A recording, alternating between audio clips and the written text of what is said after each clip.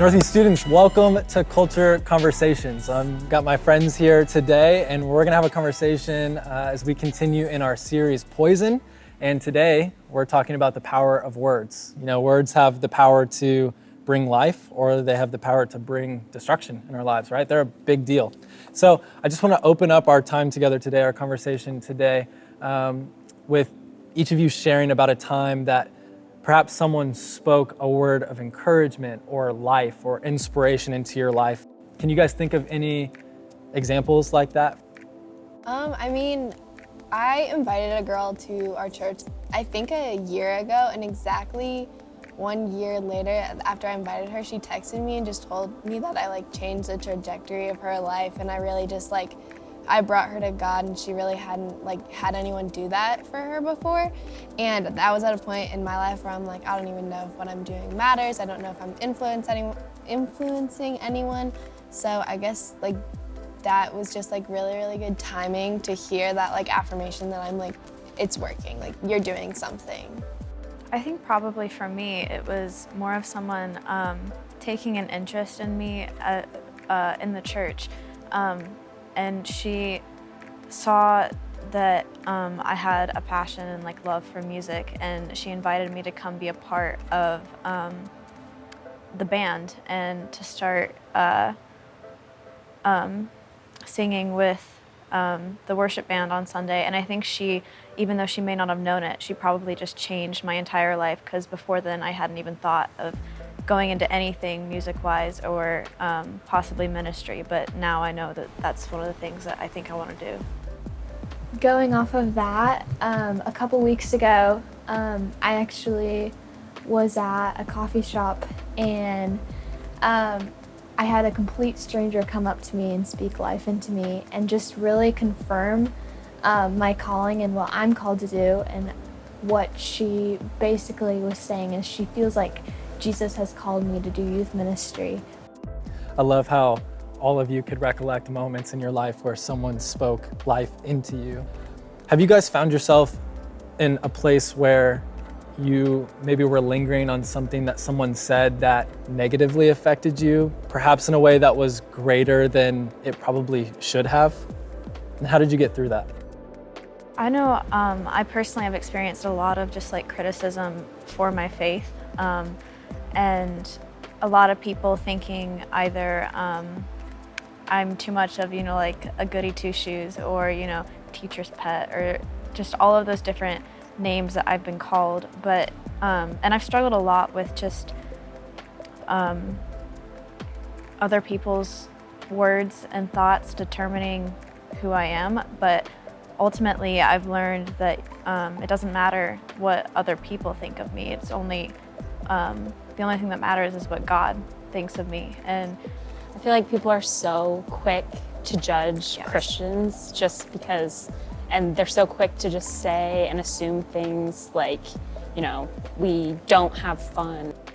it's honestly kind of sad, because I feel like the world and society doesn't realize that, we're not called to judge, we're called to love each other no matter what. And I'm not gonna love you any differently just because you make a bad decision. We're all sinners, we all make bad decisions, and God doesn't love you any differently either.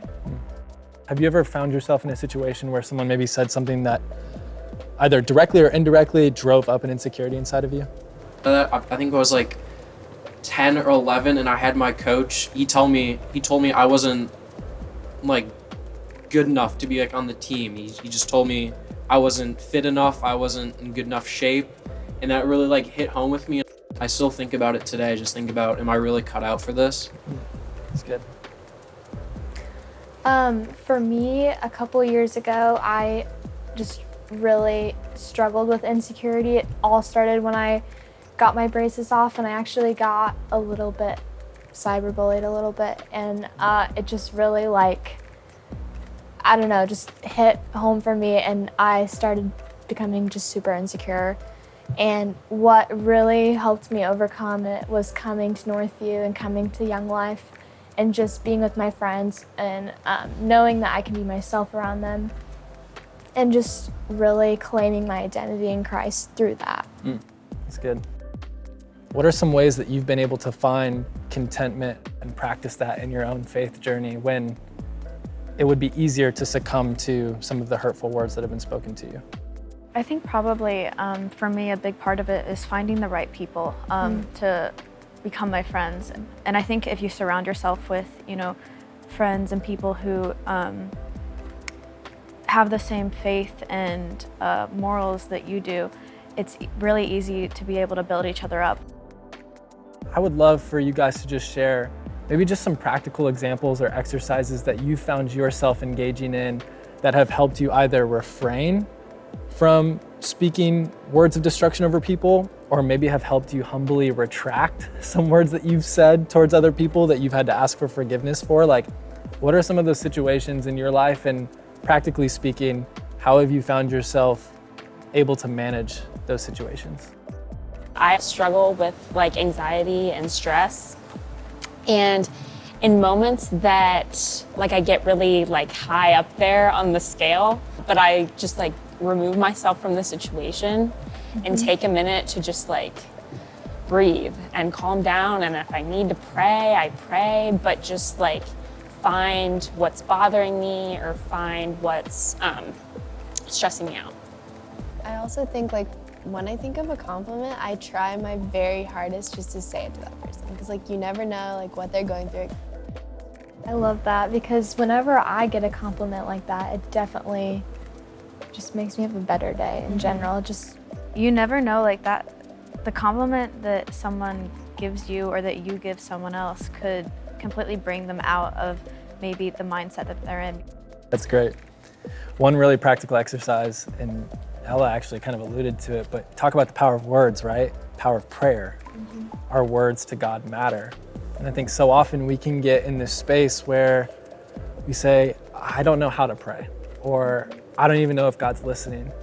In reality, it's actually so much more simple than we think that it is. And so a simple practice that I've started to put into my life is what's called a breath prayer, right? You breathe in, you breathe out. And in that breath, in and out, you've been able to say a word or a phrase or a sentence that recenters you back to the vine that is Jesus, right? Any other thoughts on just the power of words before we close up? Be nice. Make your words matter, Yeah.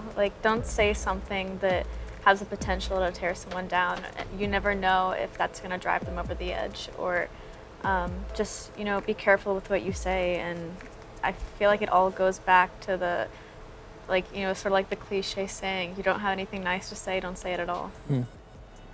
Well, y'all, this has been such a joy being able to spend some time with you, and just thank you so much for your honesty and your authenticity and vulnerability. And I really believe this is going to encourage a lot of our students. So thanks for watching. We'll see you later.